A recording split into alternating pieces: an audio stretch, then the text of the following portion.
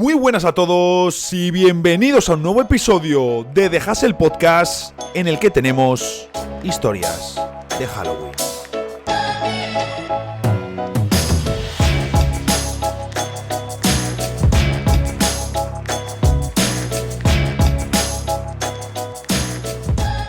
No diré la habitual frase de estoy grabando en X momento, porque aunque lógicamente lo esté haciendo, este es el primero de los 5 episodios programados que dejo durante mi viaje a Japón. Y hoy quiero aprovechar para darle un toque más oscuro al episodio. Aprovechando la fecha en la que estamos, la temática que gira alrededor de estos días, hoy recordaremos momentos demoledores de la Liga Norteamericana y sus protagonistas. Es la competición que más nos gusta y la que más nos hace disfrutar. Pero como todo en la vida, la NBA tiene sus capítulos más oscuros y sus rincones más indescifrables. Bienvenidos a The Hustle Podcast.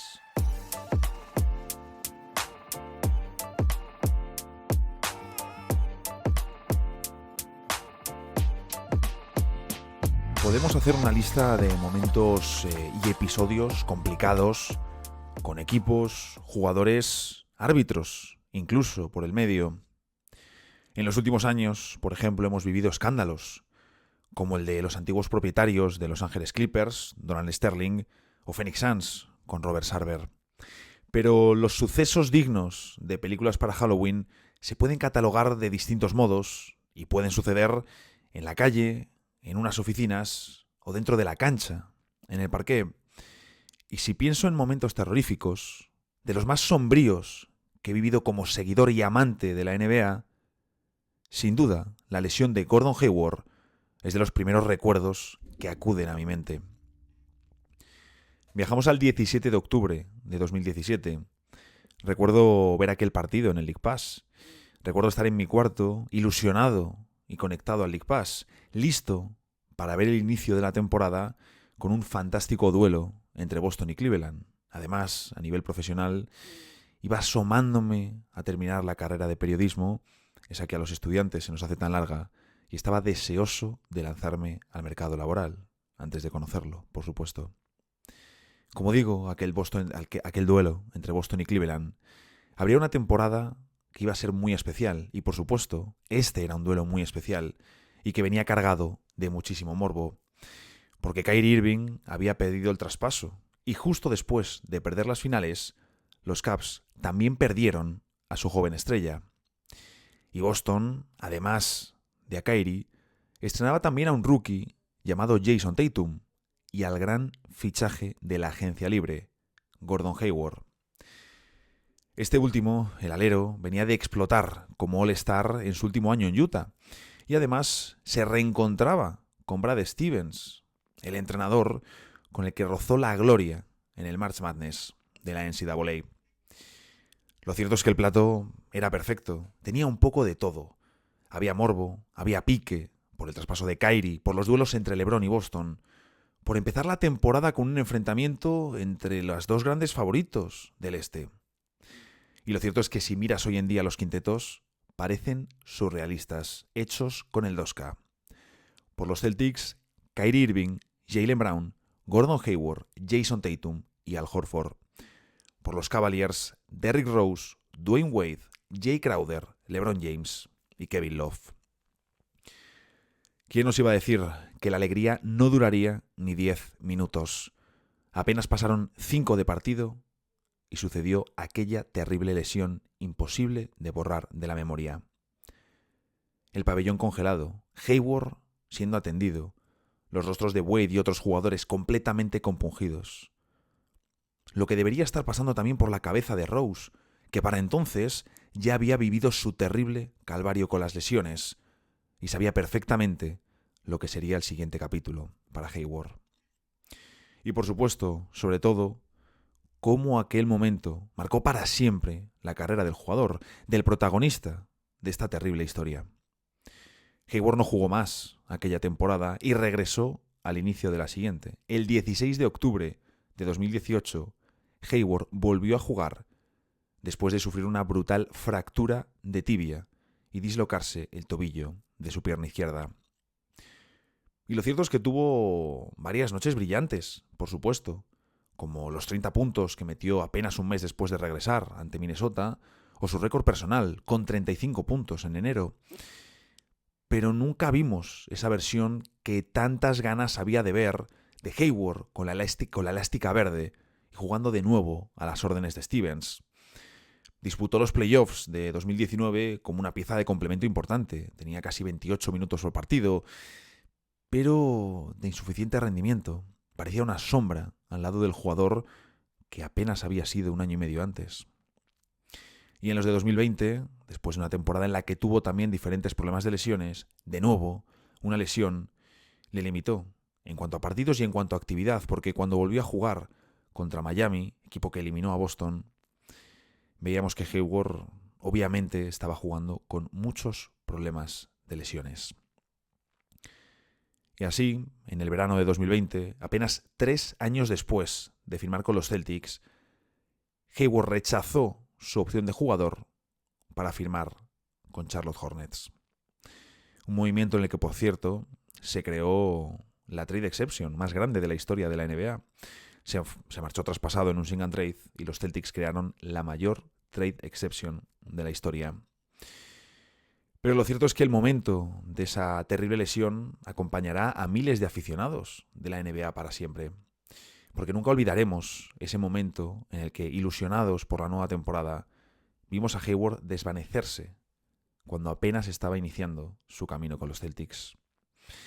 Yo la verdad que nunca borraré ese recuerdo de mi cabeza. Y por supuesto, marca por completo la carrera de Hayward.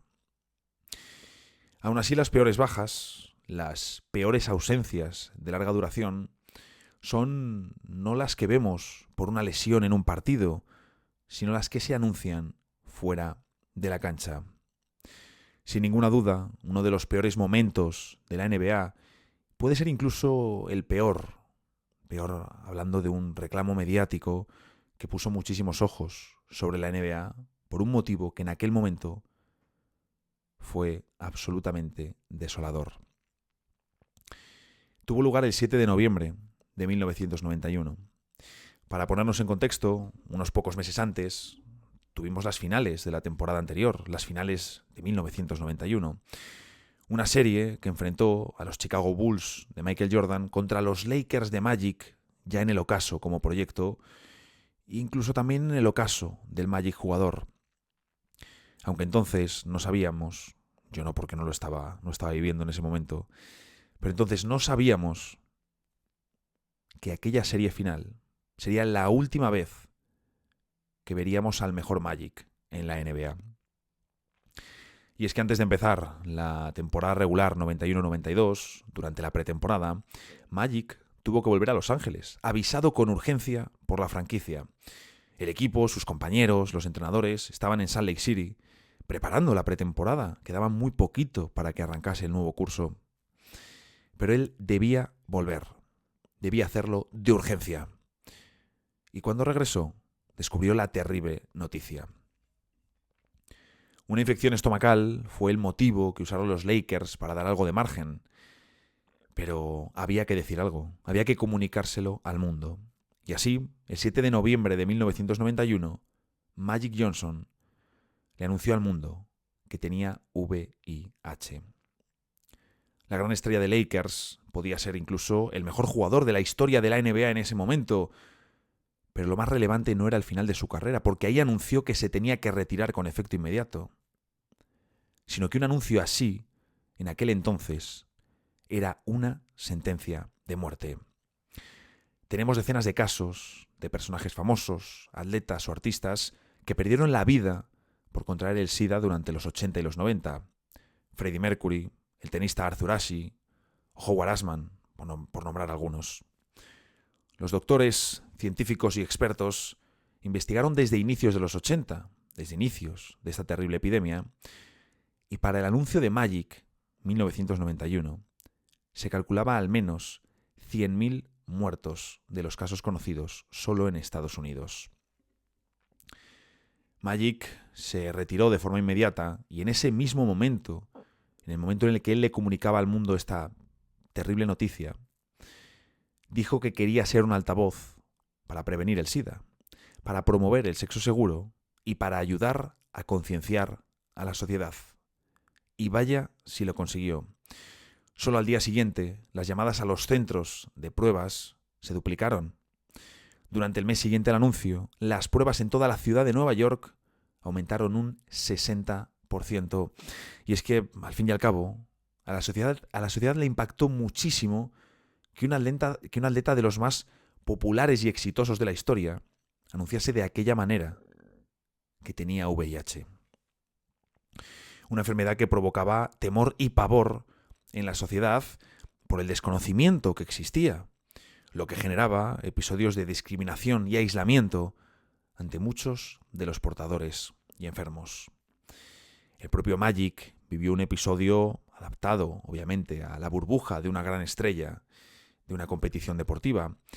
Y es que para el All-Star de esa misma temporada, ya que él aparecía todavía en la nómina de Lakers y de hecho aparecía en el Injury Report del equipo, a pesar de no jugar, fue votado por los fans y acudió al All-Star Game de 1992. De hecho, recibió un homenaje tras el partido, pero algunos jugadores, como Karl Malone, dijeron que no jugarían ante el posible contagio por contacto. Magic, aún así, no se despidió de aquella manera del baloncesto. Pudo volver para el histórico Dream Team de los Juegos de Barcelona e incluso nos sorprendió porque después de tomar las riendas del banquillo de los Lakers durante un brevísimo periodo de tiempo, en la 1995-1996 regresó para disputar 32 partidos de temporada regular y una última serie de playoffs con los Lakers, cayendo eliminados en primera ronda. Pero ojo, porque hablamos de que llevaba 4 años inactivo. 4 años inactivo Magic Johnson. Solo fue titular en 9 de los 32 partidos y promedió en 30 minutos de juego 15 puntos, 7 asistencias y 6 rebotes, con 36 años de edad. El anuncio, por supuesto, conmocionó al mundo. Sirvió para concienciar y humanizó al enfermo de SIDA, porque la enfermedad ya no tenía el rostro de un desconocido, sino de un personaje tan querido e idolatrado como Magic. Por suerte para la leyenda, las pruebas que le detectaron el VIH en pretemporada, cuyo objetivo era, por cierto, adquirir un seguro de vida, permitieron una detección temprana, cuando todavía no había síntomas de SIDA. Para quienes no vivimos aquellos años, hay un dato absolutamente demoledor. En 1994, el SIDA era la primera causa de muerte entre los estadounidenses de entre 25 y 44 años. Y en 1996 cambió para siempre la historia, gracias a los medicamentos que permitieron por primera vez controlar el SIDA, y el virus dejó de ser mortal para la mayoría de afectados, Magic incluido. Aún así, cabe destacar el impacto que generó una noticia así. El mundo, concretamente Estados Unidos, se quedó paralizado con la noticia de Magic Johnson. Algo que, como digo, en aquel momento significaba firmar tu sentencia de muerte. Aunque si vamos a hablar de episodios terribles, hay uno que, con diferencia, se lleva la palma. El puñetazo de Kermit Washington a Rudy Tomjanovich.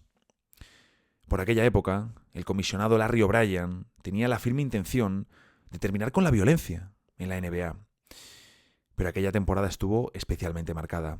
Una NBA que, por cierto, una buena parte del atractivo que se vendía en los medios eran las figuras de los enforcers, de los jugadores agresivos y duros, de la violencia sobre la cancha. Pero O'Brien quería terminar con esto. Aún así, la temporada comenzó con Kareem Abdul-Jabbar teniendo un altercado a comienzos de la 77-78. Pero lo peor no llegó ahí. Lo peor llegó un par de meses después, el 7 de diciembre, en el partido entre Lakers y Rockets. Se hablaba de que hubo antecedentes, de que ambos equipos venían ya calientes al partido, en parte por ese episodio también de inicios de la temporada de Kareem. El caso es que aquí el protagonista, Kermit Washington, un jugador cuya carrera en la NBA es sobre todo recordada por este infame momento, Un tipo rocoso y musculoso, interior cuya especialidad era el rebote y la agresividad, el golpear primero y preguntar después. El caso es que en este partido entre Lakers y Rockets, Washington enganchó a Kevin Kurnert, pívot de los Rockets, a mitad de cancha cuando corría el tercer cuarto. Con Jabbar en la escena, Rudy Tomjanovich se acercó con el objetivo de cortar el enfrentamiento. De hecho, era un tipo conocido por resolver conflictos, no por alimentarlos. Y sin estar él metido en la movida, se llevó, sin duda, la peor parte. Su carrera quedó tocada desde ese terrible puñetazo, justo cuando estaba en su prime, pero es que hasta su vida estuvo en peligro. Jabbar no lo vio, pero escuchó el golpe y cómo sonó la cabeza de Tomjanovich al golpear en el suelo. Al igual que los periodistas que dijeron que se escuchó el impacto desde su zona. Y allí los presentes, jugadores de Houston Rockets incluidos, recuerdan un silencio como nunca habían escuchado. Tomjanovich, a pesar de la sangre, del terrible golpe y las múltiples y graves lesiones, pudo ponerse en pie. Y hasta fue a recriminarle a Washington el motivo de la agresión. Quería entender lo que había sucedido. Pero claro, el jugador había sufrido una conmoción y apenas era capaz de tenerse en pie. De hecho, como él mismo contó después, tenía la sensación de que le había golpeado el marcador. El puñetazo desmedido de un musculado animal de 203 centímetros y más de 100 kilos de peso, descrito por el entrenador de Houston, Tom Nisalke, como el acto más malicioso que he visto jamás en una cancha de baloncesto, pasó a la historia y marcó un antes y un después en la NBA. Calvin Murphy, la referencia anotadora de los Rockets, el otro All-Star junto a Tomjanovich y a Moses Malone, dijo tras el partido: un día de estos, alguien va a morir. ¿Os dais cuenta de los grandes que son algunos de estos tipos? Claro, él era un base bajito, pero veía como un animal como Washington golpeaba a un Tomjanovich que además llegaba en movimiento, multiplicando los efectos del impacto. Y así, Tomjanovich sufrió fractura de nariz, mandíbula rota, fractura de cráneo, otras lesiones faciales y, cuidado con esto, fuga de líquido cefalorraquídeo. De hecho, el médico que le trató, el doctor Paul Toffel, le dijo: estás en problemas, tendrás que aguantar las próximas 48 horas y después de eso lo sabremos. El que sabrían, básicamente, si iba a sobrevivir y si sobrevivía, qué secuelas iba a tener. Porque a Tomjanovich se lo llevaron de inmediato a urgencias, donde tuvieron que atenderle e intervenirle con la mayor urgencia posible. Y como decía, él mismo notó el sabor del líquido cefalorraquídeo en su boca, en su paladar, porque se había filtrado con las fracturas que tenía en el cráneo. Kermit Washington recibió la mayor sanción de la historia, con $10,000 de multa, que para aquella época era una auténtica barbaridad, además de 60 días de suspensión. Y los Lakers terminaron traspasándole a los Boston Celtics. Es cierto que Tomjanovich regresó la siguiente temporada, tardó un año en volver. Y es cierto que incluso volvió a ser All-Star una vez más, pero nunca regresó igual. Jugó 2 temporadas más, como digo, volvió, fue All-Star y solo jugó 2 temporadas más, en las que fue perdiendo minutos e importancia y se retiró en 1981 con 32 años de edad.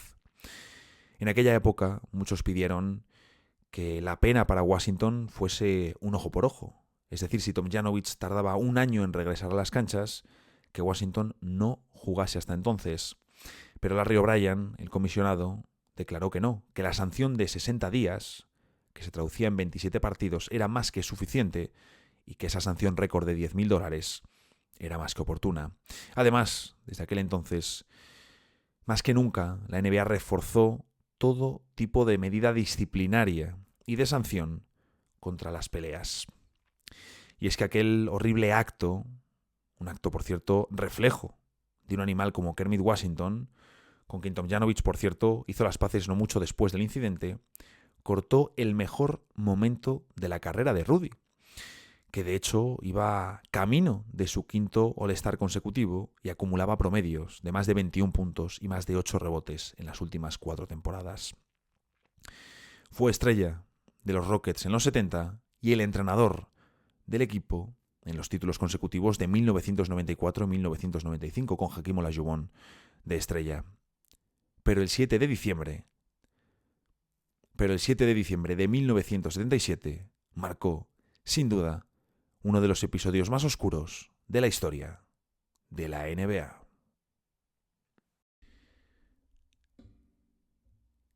Y hasta aquí llega el episodio de hoy, uno diferente por tono y por las historias.